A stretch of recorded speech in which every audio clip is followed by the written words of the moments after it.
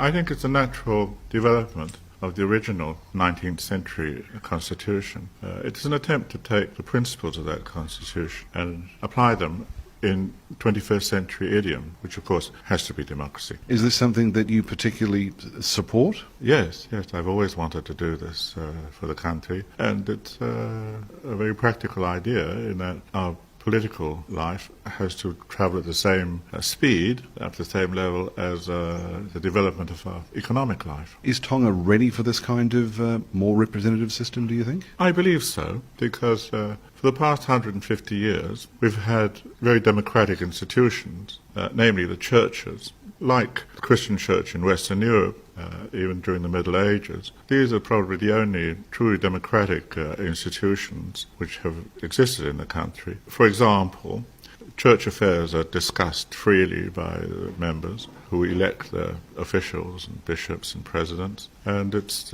one of the institutions in Tonga where a person of relatively humble beginnings can rise to a position of great power and influence by his own talents, without aristocratic patronage. What happens to your role as monarch under this new system? Are your powers diminished or decreased or simply changed? Officially, the sovereign's powers remain unchanged. Because we are a monarchy, we have a unity of power as opposed to a separation of power. The difference in future is that I shall not be able to exercise any of my powers at will, that all the sovereign's powers must be exercised solely on the advice of the Prime Minister in most things, and in judicial matters, the law lords who advise exercise of power. In that case, I suppose we are different from other nominal monarchies which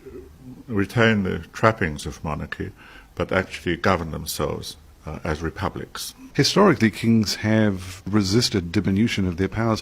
Why do you think this is the way to go? Well, like others of my generation, my education has generally been a liberal European education, and I feel sure that without a European education, with a solely Tongan education, I don't believe I would have been able to make these changes. The events of 2006, when a pro-democracy rally got out of hand and there was rioting and burning and looting and much of the central business district of Nuku'alofa was destroyed, what role did that event play in getting this kind of political change? Did it speed things up, or was this change going to happen now anyway? There were changes, I think, the changes would have happened anyway, but what the riots did for me, it vindicated my belief in the system's approach to change, which was compartmentalizing each stage of the revolution and putting each stage under the charge or tutelage of different groups in society and in government.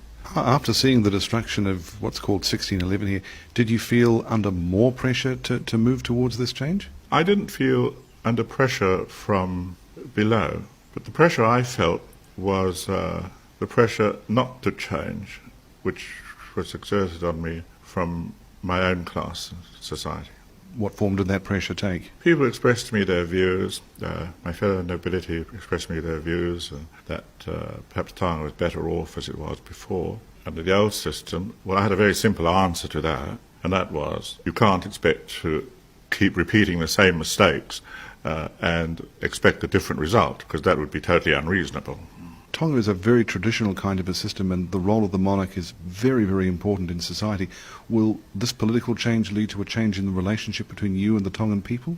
I don't believe so. The relationship between the monarchy in Tonga and the people is one of blood, and indeed with the nobility as well, in that every Tongan, there's a Tongan phrase that literally means every Tongan has a road to the palace, which means that if you go back far enough in your ancestry, you can find that you're related to this nobleman or that one, or even to the king.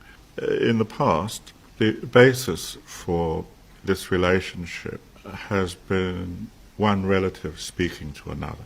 That's how they felt about it. Is this new system ideal as it is, or do you think there might be some more change further down the road? Well, what we've done is we've given it our best shot and said this is a model that we've come up with. That's the present government and I. But I hope that in the future, if the government or the parliament find that what we've put up or what we propose is inadequate in any way, they'll feel free to make the necessary adjustments. You know, it's not an unchangeable thing. I think our Constitution should be kept alive with minor changes and adjustments to suit life as the country progresses.